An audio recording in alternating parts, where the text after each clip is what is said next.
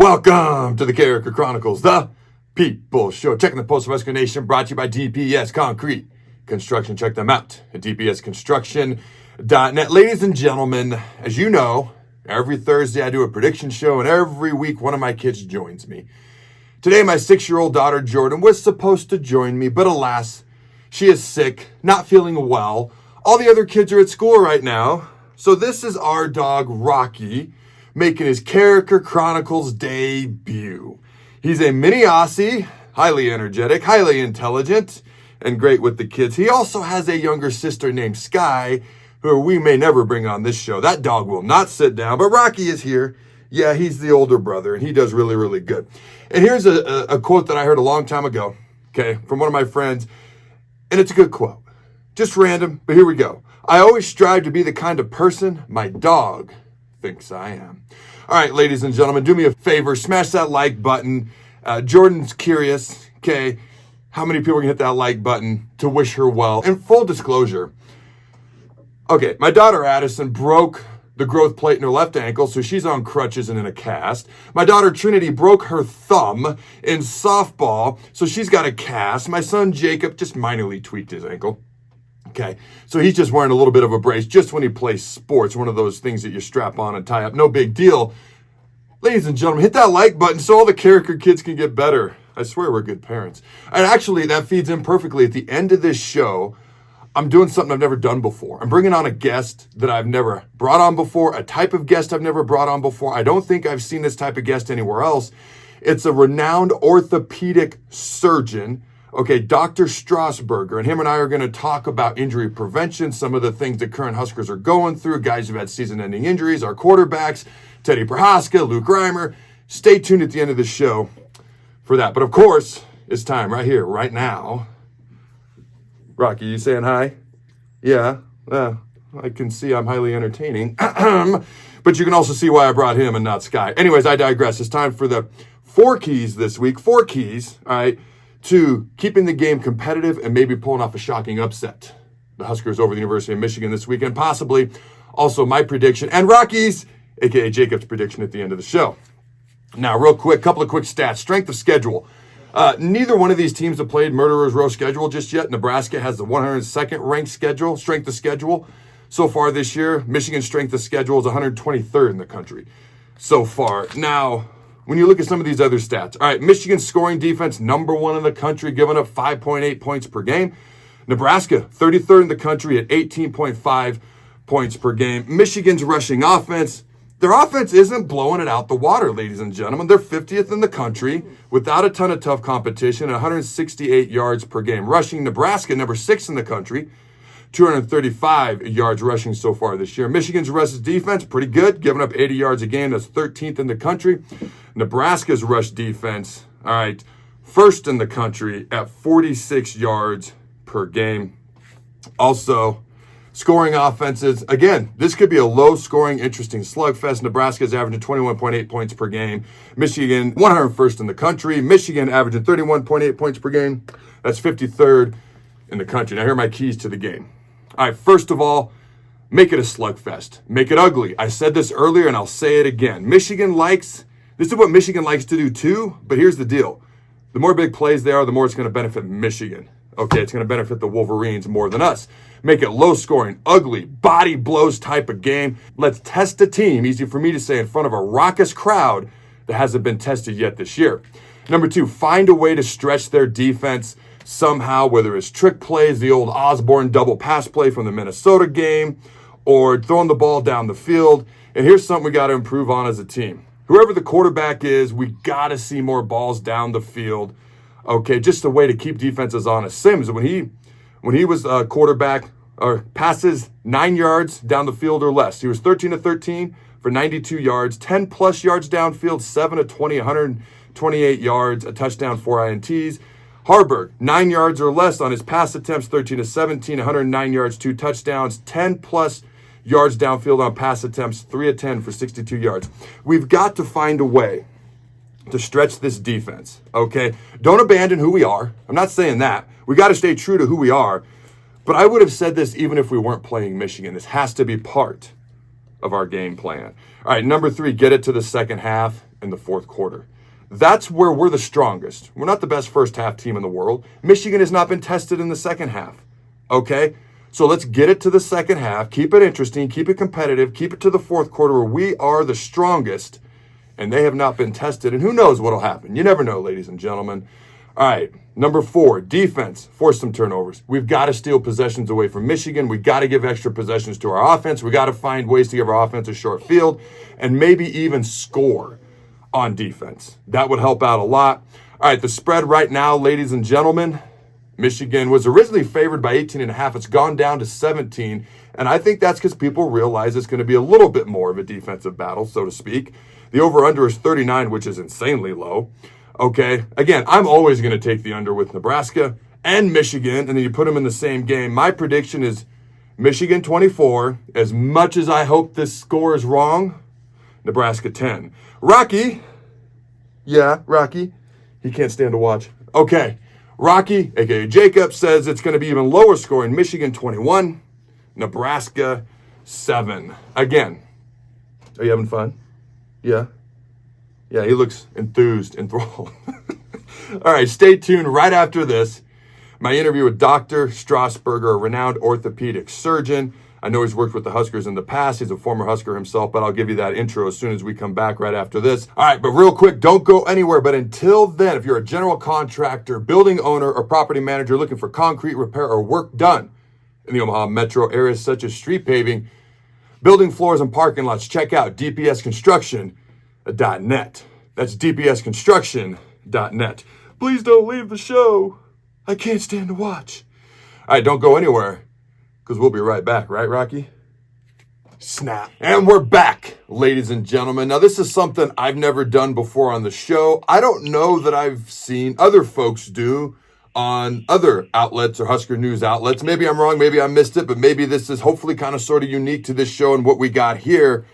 Now, I'm joined today by Syracuse Area Health's own and Strasburger Orthopedics' very own Dr. Strasburger. Now, let me give you a little bit of background and info on him before I officially bring him on. Now, he's a board-certified orthopedic surgeon specializing in sports medicine and has been practicing medicine for over 20 years. He's from Holdridge, Nebraska. He actually played for the Huskers, okay? Third-team All-American, two-time All-Big 8 selection, and academic All-American, and was drafted by the Dallas Cowboys in 1985. Mr. Dr. Strasburger, how you doing, my friend? Doing great, Adam. Appreciate the opportunity to be with you today. Yeah, thank you for taking the time. And, you know, football is, as we all know, it's a game of injuries. The injury rate is literally 100% if you play the game, you know, more than a couple of years, especially at a high level. Nebraska's obviously got some things that have happened so far this year. So I want to dive into a couple of questions and a couple of, you know, just your thoughts on injury prevention, how guys can come back from things of that nature. So Jeff Sims has had an ankle sprain, okay, for a while now. Now, I've seen guys come back from an ankle sprain in 48 hours, and I've seen them take 6 weeks at some points. When it comes to ankle sprains, why are they so unique, and why is the recovery timetable so varied? Well, the ankle is a complex joint, Adam, and the injury pattern is directly associated with the mechanism of the injury. Does the ankle just turn? Does the ankle turn and twist? And depending on the mechanism of the injury, it will depend on what structures are involved. And you're exactly right. Some mild inversion ankle sprains where the ankle simply rolls out can just damage one or two ligaments on the side of the ankle. And you can see people from this minor injury recover in hours or a couple of days.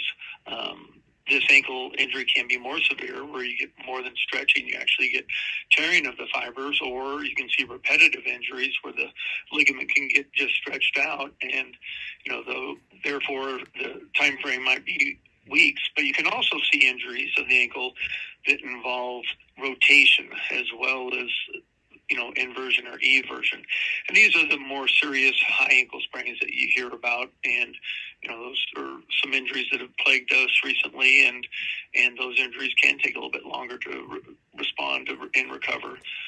Some of these injuries are actually being treated now with a small operation shortly after the injury to help the recovery. And that's kind of dependent on the severity of the injury the athlete has acquired. Now, Heinrich Harburg, now he's back at practice 100% now. Okay, he's fully ready to go for Saturday if that's the direction the coaches go. He did not finish the game last Saturday versus La Tech after the weather delay. He had tightness, is all we were told. Rule did say he probably would have finished the game had there not been the delay. Now, when it comes to tightness, how do you prevent just tightness in general? I played with a guy named Brandon Rigoni. Now, this dude was a ball of muscle, and every day after practice, he not only busted his butt in the weight room, and I asked him one day, I said, dude, you stretch every day for like hours on end, seemingly. And he goes, Adam, it's actually 45 minutes every day after practice that I stretch. Now, I don't know. The science on stretching has varied, but what are your thoughts on preventing tightness, stretching before or after exercise, things of that nature? Well, Brandon is a unique individual, and unfortunately, there are very few Brandons out there that have the dedication that he has. But, stretching pre and post practice is an important part of any athlete's regimen. The tightness that you're referring to usually comes from a minor injury, and it involved a non-throwing shoulder, and it was probably landed on and more than likely had a little injury involving his AC joint. We often call that a shoulder separation. And that, with rest or just sitting around during a weather delay, may create some tightness over 30, 45 minutes. So it was probably very wise to sit him for the rest of the night, but sounds like he's recovering well. But you can have other injuries to the shoulder. You can have the shoulder is a neat joint. I often describe it as a golf ball sitting on a golf tee. You have a big ball sitting on a small tee, so the ball very easily can fall off the tee. And what prevents that from happening are the ligaments and the rotator cuff muscles around the shoulder. And when the energy involved exceeds the ability of the shoulder to keep the ball in place, the ball can slip out of the socket. It can either partially slip out, and we call that a subluxation, or completely pop out, and we call that a dislocation. It doesn't appear, given the mechanism of injury that we saw in the game last week, that was probably what happened. It looks like probably just a little minor AC joint injury, and it's nice to hear that he's recovering well. Now, the running back room's kind of been hit a little bit hard, as everyone is aware. Gabe Irvin, Ramir Johnson. Okay, so Gabe dislocated his shoulder. Ramir dislocated his hip. Both will require season-ending surgery, as we all know. Now, the timetable for recovery from injuries like this, obviously it's months, which is why they're going to be out for the rest of the season.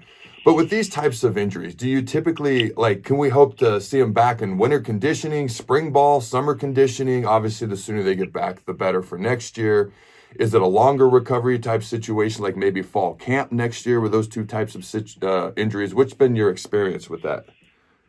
Well, with a shoulder, Adam, very often we can get in there and essentially repair the structures that were torn. Just repair them anatomically, just like Mother Nature meant them to be, and they will heal very predictably, heal in about 3.5 to 4.5 months, and with a recovery can be back in limited contact in 4.5 to 6 months. The hips are a little bit different. With any injury, whether it's to a shoulder, to a knee, to a hip, some of the problems exist with the other structures involved, specifically the cartilages in the knee, or the meniscus in the knee, or the joint surfaces in the shoulder or the hip. When the hip pops out of place, you have this pristine, smooth, white ball that can hit the side of the socket, and oftentimes that creates secondary injuries that are a little bit more difficult to treat. So again, it's individually it can be different. With a hip dislocation where we just repair the ligaments in the labrum, they can be back doing some type of training in 3.5 to 4 months, and usually back being competitive in 4.5 to 6 months. Now, we need some help in certain areas on the team. I would say the left side of the O-line, we're hoping for some improved play. Turner Corcoran's a starting left tackle. Teddy Prohaska is a guy the Husker fans have been eyeing for a long time to do big things potentially. A lot of talent there. He has started briefly in the past.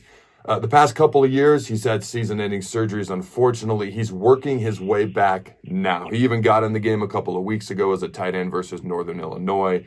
So he's a guy that could potentially get in this O-line rotation, starting role, whatever the case may be, as soon as he's healthy. But what is your advice to Teddy as he works his way back from this injury, knowing his past and knowing his potential in the future? Well, a lot of times injuries, Adam, are just simply bad luck. Having your foot or your knee or your shoulder in the wrong position at the wrong time. And it may not be anything Teddy's doing. It just might be wrong place, wrong time scenarios. So Teddy's done a great job with his previous injury and with this injury and recovering and getting back. You know, some athletes have to prepare more aggressively than others to prepare themselves to participate in these very difficult sports. And you know, Teddy seems to be one of those, but he's certainly putting forward the effort. I mean, he hasn't really backed down from any of the injuries he's experienced, and appears to be recovering very nicely. Yeah, I hope to see him on the field sooner rather than later.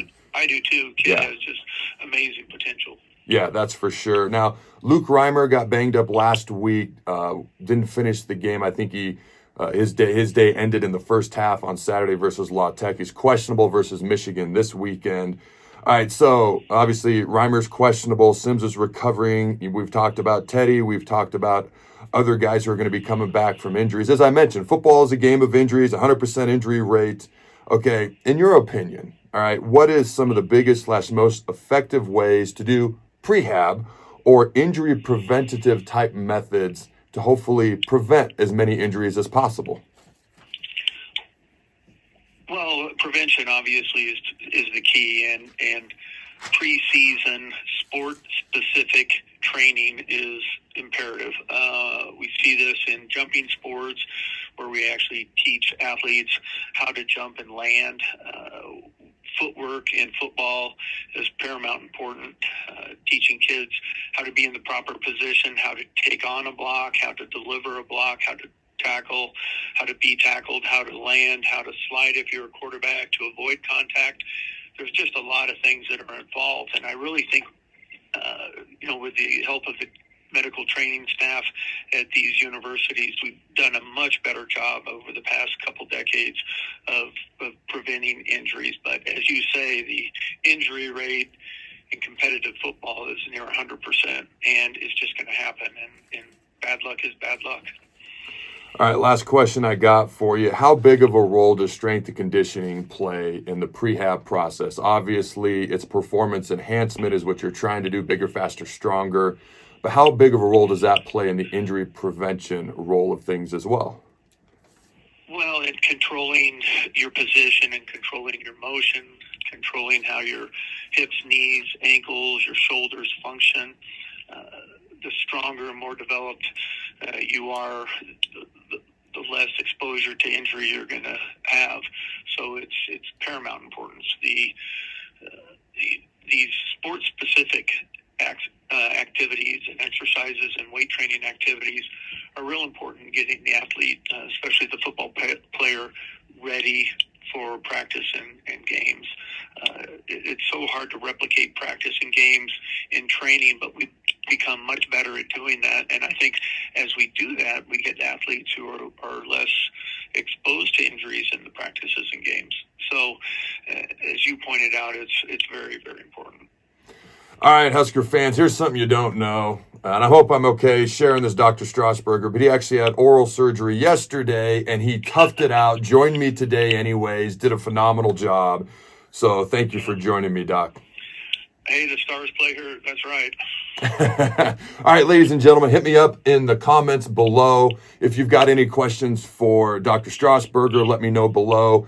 Give me your score prediction for the Nebraska-Michigan game this Saturday, and also your biggest key to the Huskers possibly pulling off a monumental upset of the Wolverines, or at least keeping the game competitive. Let me know in the comments below. As always, check out CarrikerChronicles.com. All your football hopes and dreams will come true. And until next time, Husker Nation, go Big Red. And always remember to throw the bug.